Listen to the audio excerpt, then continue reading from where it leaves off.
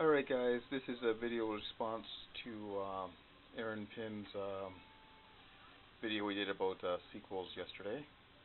So I decided I was going to go out and grab a bunch of movies, sequels of my own, and talk about them real quick. Alright, so here we go. So first up we have Hello Mary Lou Prom Night 2, and this is an in-name only sequel to Prom Night. This film was kind of described as being like Carrie on Elm Street because it deals with possession and stuff like that. But there is a prom in this one. I actually prefer this movie to the first Prom Night movie with Jamie Lee Curtis. I didn't really like that one that much. That one has a lot of disco in it. There's a lot of cool scenes in this one. There's a really cool locker room death that I really like in this movie.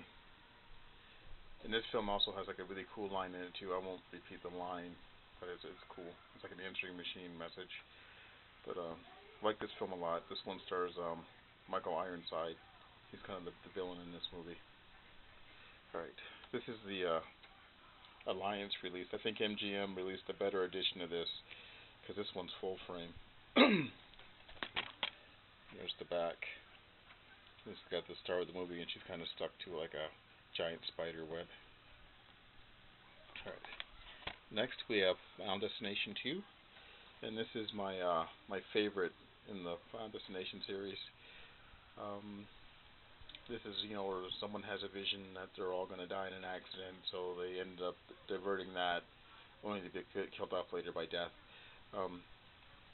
In theory, I shouldn't really like this series all that much because they're basically all the same movie. Like, there's very little variations in the plot of these movies. They're all the same plot basically.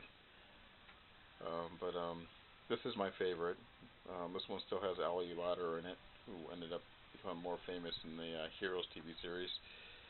I think the reason why I like this one the most is because the cast is the most diverse in any of the other series. Because like the third movie stuck mostly with teens, and I think the fourth they kind of had mostly teens as well, and the fifth had older people in it, at least like people in their 20s as opposed to teenagers. But this one's the most diverse group, and this one I think has the best kills in the series. Alright. Next we have Beyond Reanimator. Bride of Reanimator. Beyond is the third movie. Originally I was, when I first saw this film, I was a little bit disappointed in it. But after watching Beyond Reanimator, I learned to appreciate this one more because it has the whole dynamic between Herbert West and Dan Kane. The two doctors, where they really should have brought, let me see what his name here. Bruce Abbott back for the third movie. I know it took place in prison. I read in an interview around the time that Beyond Reanimator was coming out that Brian Yuzna had plans for a fourth movie, and that Bruce Abbott's character had gone on to become a successful surgeon, and the main reason why doing transplants, the main reason why he became successful is because he was using the reagent on the during the transplants on the organs. And it's supposed to be like a whole thing with guilt and all that stuff. Hopefully he makes this film at some point. I know it's been a while. I think it's been 10 years since the last Reanimator movie, so we better hurry up. Okay, next up we have Chrome Skull, Laid to Rest Part 2. I actually prefer this one to Part 1, even though I think Part 1 has better kills in it. It's just that the first movie really didn't have much in the way of story, and the character motivations were kind of silly. Like they get away from the killer and yet they go back to the killer's lair, and that really kind of bothered me.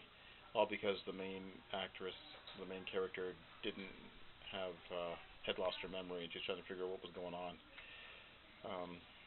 But this is still kind of a strange movie. Like the idea of like a serial killer having a whole network behind him.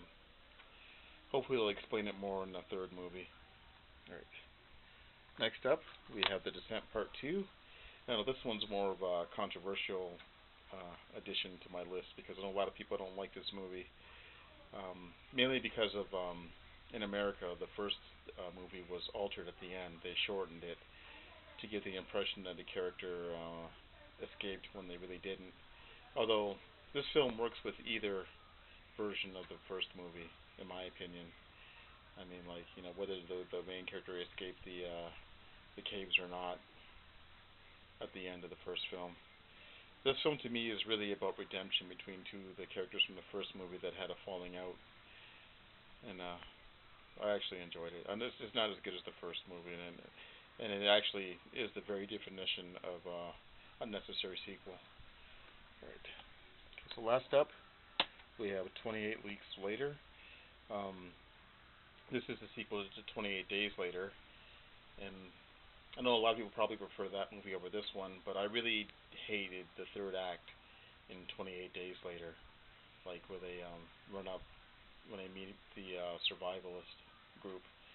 It's just like I don't know, like 28 Days really stole a lot from Romero. Like it was basically turns into like Day of the Dead towards the end. I don't know, but this one I really enjoyed better, even though this one has its flaws as well. With Robert Carlyle's character. But I really enjoyed this film a lot. All right, guys, I'm gonna put a link to Aaron's channel, and I'm gonna try to get this up before YouTube changes its video response procedures. All right, guys, so that's it. Thanks for watching, and I'll talk to you all later.